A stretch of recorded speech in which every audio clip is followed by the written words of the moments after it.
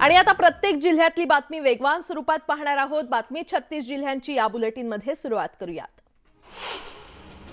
मुंबईसह उपनगरात दमदार पाऊस झालाय। मुंबईमध्ये मोसमी वारे दाखल झालेले नाहीत आणि त्यामुळे सध्या सुरू असणारा पाऊस हा पूर्व मोसमी पाऊस असल्याचं हवामान विभागाने स्पष्ट केलंय। दरम्यान पुढील 24 तासात मुंबईमध्ये अतिमुसळधार पावसाचा इशारा हवामान विभागाकडून देण्यात आलेला आहे। भाईंदरमध्ये मुसळधार पाऊस झाला असून रस्ते पाण्याखाली गेल्याचं चित्र पाहायला मिळालं। बेकरी नगर परिसरात मोठ्या प्रमाणात पाणी साचलं असून रस्त्यांना नदीचं स्वरूप आलेलं आहे। दरम्यान पहिल्याच पावसात ही स्थिती झाल्यानं महापालिकेनं केलेल्या 99% नालेसफाईचे दावे फोल ठरलेत। मुंबईला पावसानं झोडपलं असून मुसळधार पावसामुळे रस्ते वाहतुकीला फटका बसलाय। मुंबई अहमदाबाद महामार्गावर वाहतूक कोंडी झाली आणि यामुळे वाहन चालकांसह प्रवाशांना त्रास सहन करावा लागलाय। छत्रपती संभाजीनगरमध्ये पावसानं हजेरी लावली। पैठण, पाचोड, सिल्लोड या परिसरामध्ये हलक्या स्वरूपाचा पाऊस झाला आणि यामुळे उकाड्यानं हैराण झालेल्यांना दिलासा मिळालाय, तर दुसरीकडे शेतकऱ्यांमध्ये आनंदाचं वातावरण आहे। मुख्यमंत्री एकनाथ शिंदे यांनी 3 दिवस दरेमध्ये गावात मुक्काम केला आणि यावेळी त्यांनी कांदाटी खोऱ्यातील पिंपरी गावात राहणाऱ्या विठ्ठल गोरे या वृद्ध दाम्पत्याची भेट घेतली। यावेळी मुख्यमंत्री शिंदेंनी त्या दोघांचीही विचारपूस करून त्यांची सर्व जबाबदारी स्वीकारली।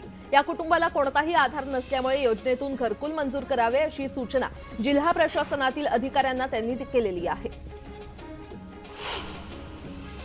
आगामी निवडणुकांच्या पार्श्वभूमीवर भाजप ऍक्टिव्ह मोडवर असून केंद्रीय राज्यमंत्री रावसाहेब दानवे यांनी मावळचा दौरा केला आणि यावेळी भाजप जिल्हाध्यक्ष गणेश भेगडे यांनी मावळ लोकसभेवर भाजपचा दावा केलाय। लोकसभा निवडणूक तिकीट वाटपाच्या वेळी मावळ लोकसभा मतदारसंघ भाजपच्या वाट्याला हवा असं त्यांनी म्हटलंय, तर शिवसेना खासदार श्रीरंग बाणे यांना मावळमध्ये विरोध होऊ लागलाय आणि त्यामुळेच आगामी लोकसभा निवडणुकीमध्ये भाजप शिवसेनेमध्ये तिकीट वाटपात मोठी चुरस पाहायला मिळणार आहे। कर्नाटकचे मुख्यमंत्री सिद्धरामय्या आज सांगली दौऱ्यावर आहेत। या ठिकाणी त्यांचा सत्कार केला जाणार असून आगामी विधानसभा आणि लोकसभा निवडणुकीच्या पार्श्वभूमीवर काँग्रेसकडून शक्ती प्रदर्शन केलं जाणार आहे।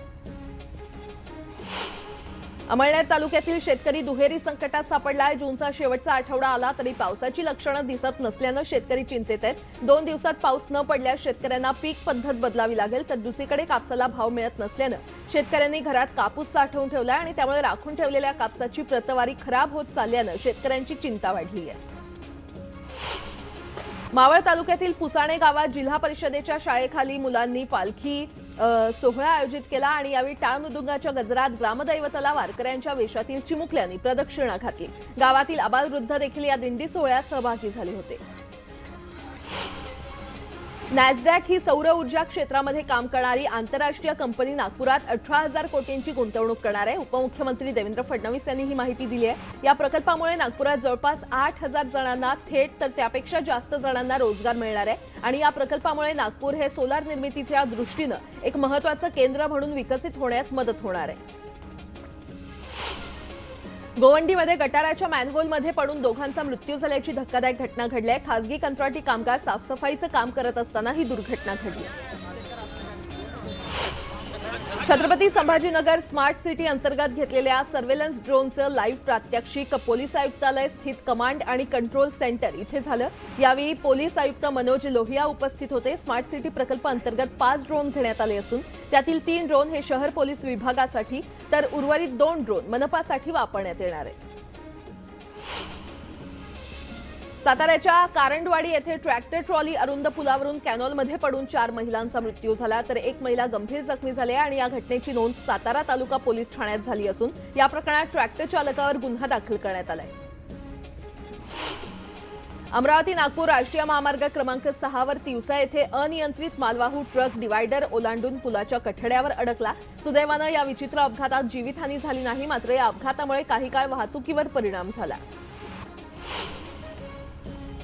नाशिकच्या नांदगाव येथे बस स्थानकावर उभ्या असलेल्या एसटी बसनं अचानक पेट घेतल्यानं खळबळ उडाली। अवघ्या काही क्षणात संपूर्ण बसला आगीनं वेढा घातला। सुदैवानं या आगीमध्ये जीवितहानी झाली नाही आणि आगीचं कारण अस्पष्ट असून शॉर्ट सर्किटमुळे आग लागल्याचा अंदाज व्यक्त केला जातोय।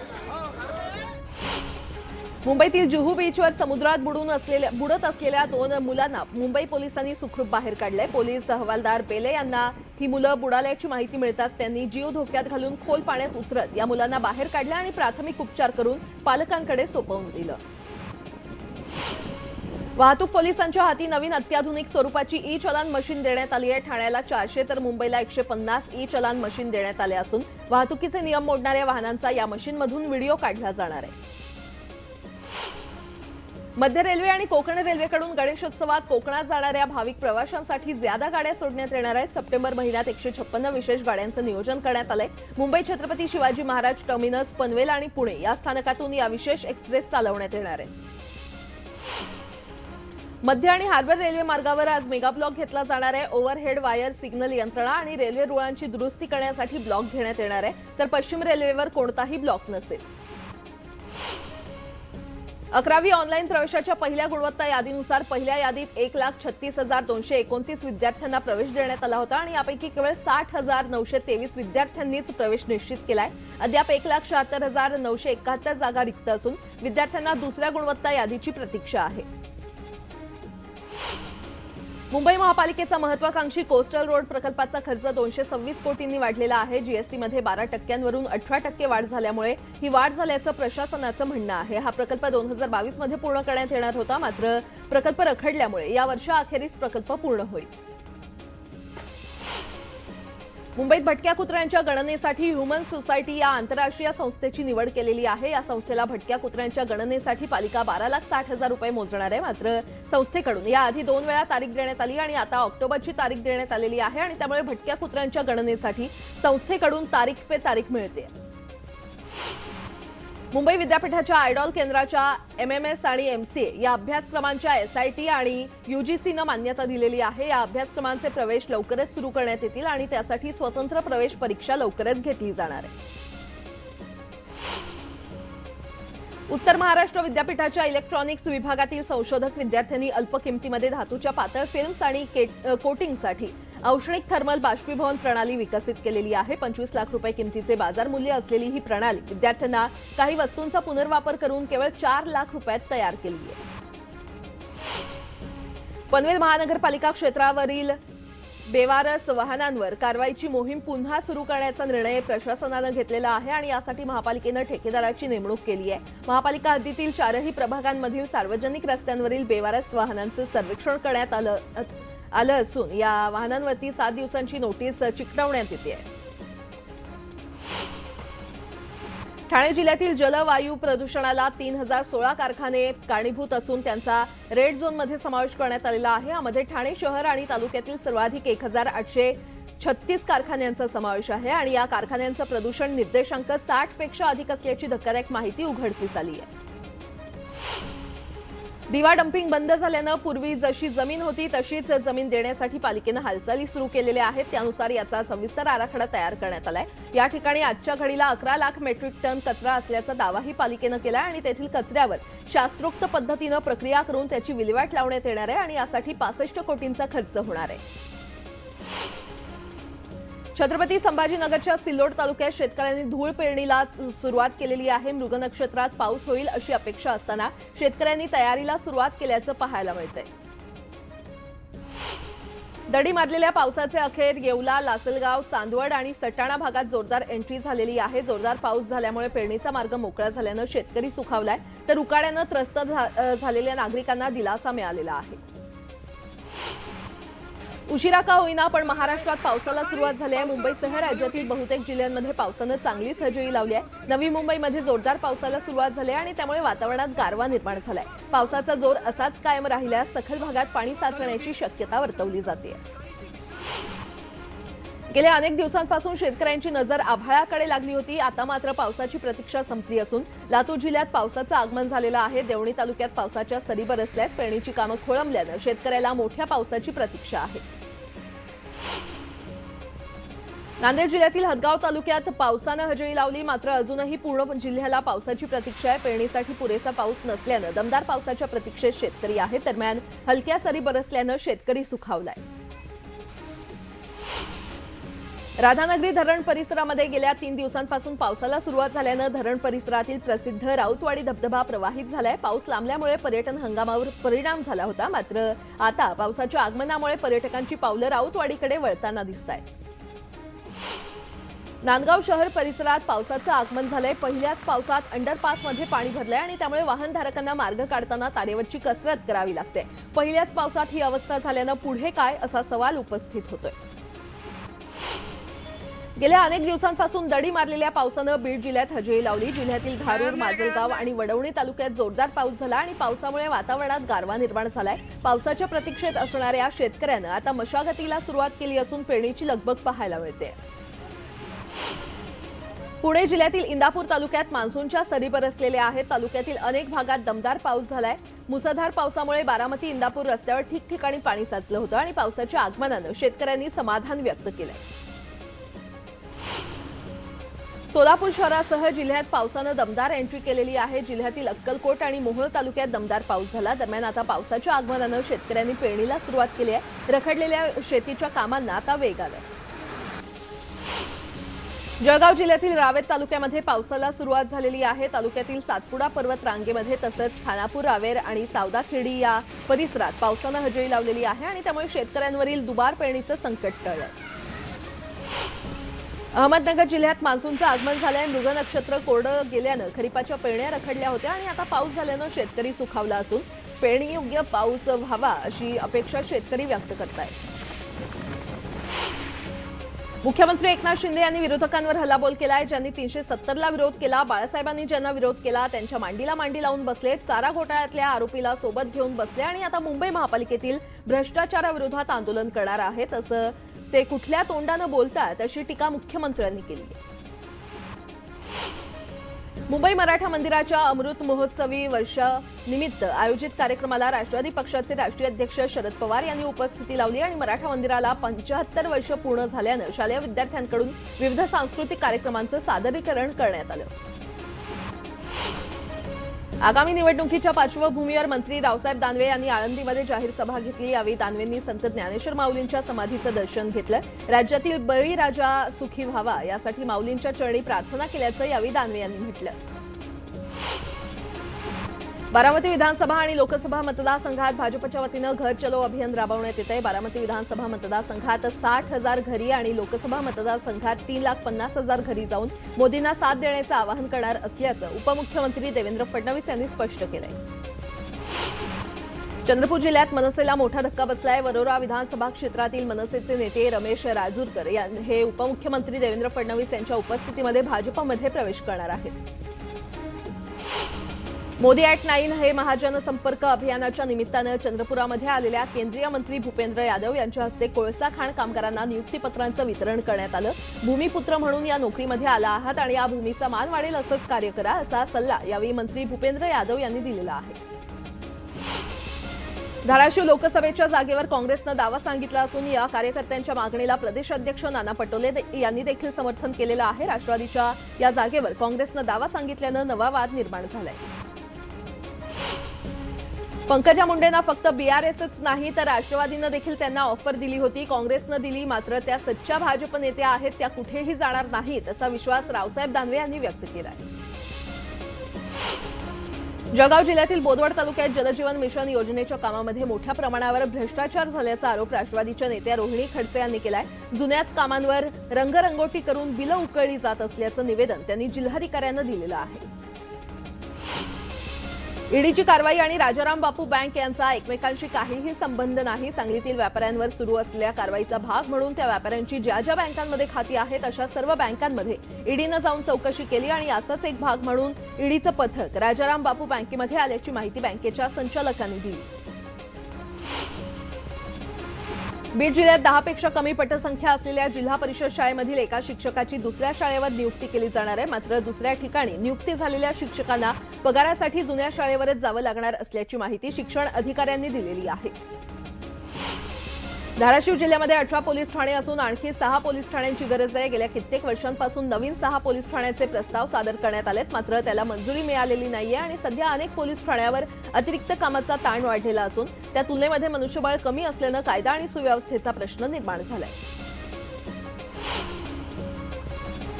यासोबतच इतरही काही महत्त्वाच्या बातम्या आपण पाहणार आहोत। तुर्तास एक छोटासा ब्रेक पाहत रहा न्यूज 18 लोकमत।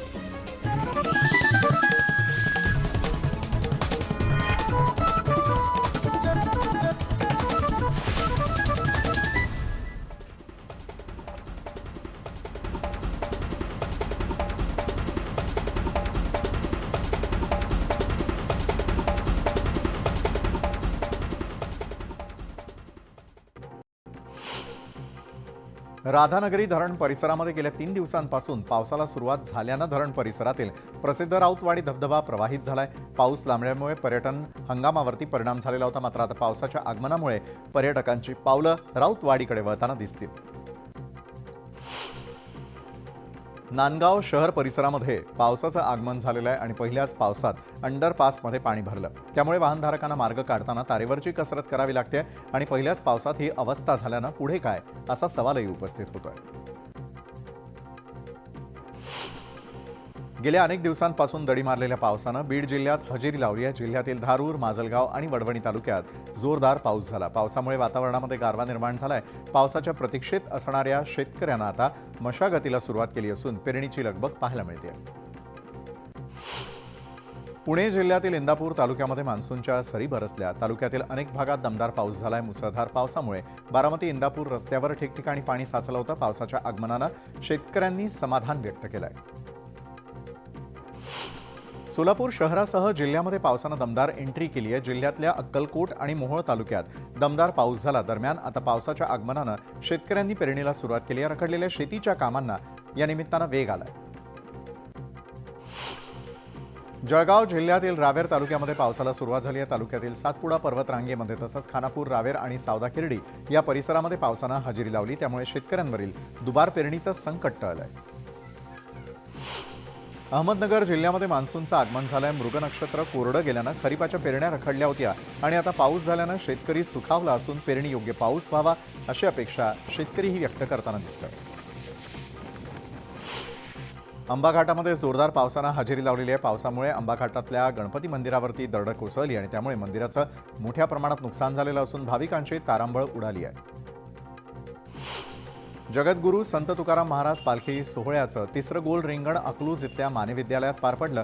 रिंगणानंतर अवघ्या थोड्याच वेळात पावसानं हजेरी लावली आणि या पावसात भिजण्याचा आनंद वारकऱ्यांनीही घेतला। पावसाच्या सरी बरसल्यामुळे वारकऱ्यांमध्ये आनंदाचं वातावरण निर्माण झालंय। पांडुरंग पावला, पाऊस बरसला अशा भावना वारकऱ्यांनी व्यक्त केल्या। अमरावती जिल्ह्यात पावसानं हजेरी लावल्यानं पहिल्या पावसातच शेतकऱ्यांनी सोयाबीन पेरणीला सुरुवात केली आहे। पावसामुळे शेतकऱ्यांची लगबग पाहायला मिळते। सोयाबीनसह कपाशीच्या पेरणीला सुद्धा सुरुवात करण्यात आलेली आहे।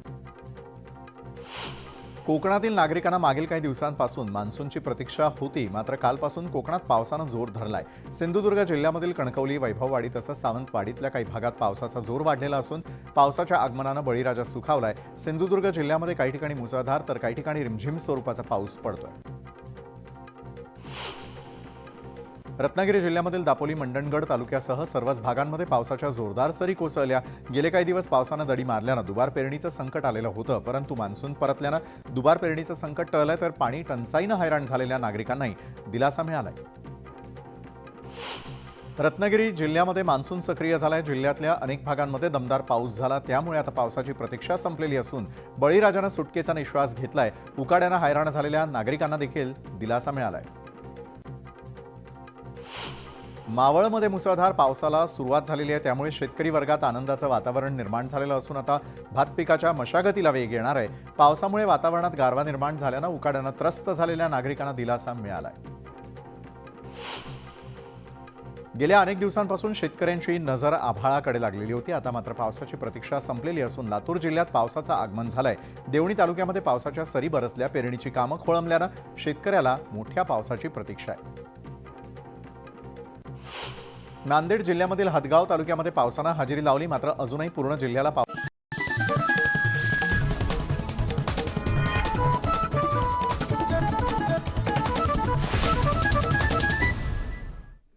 ब्रेकनंतर आपलं पुन्हा एकदा स्वागत। उर्वरित बातम्या पाहूयात।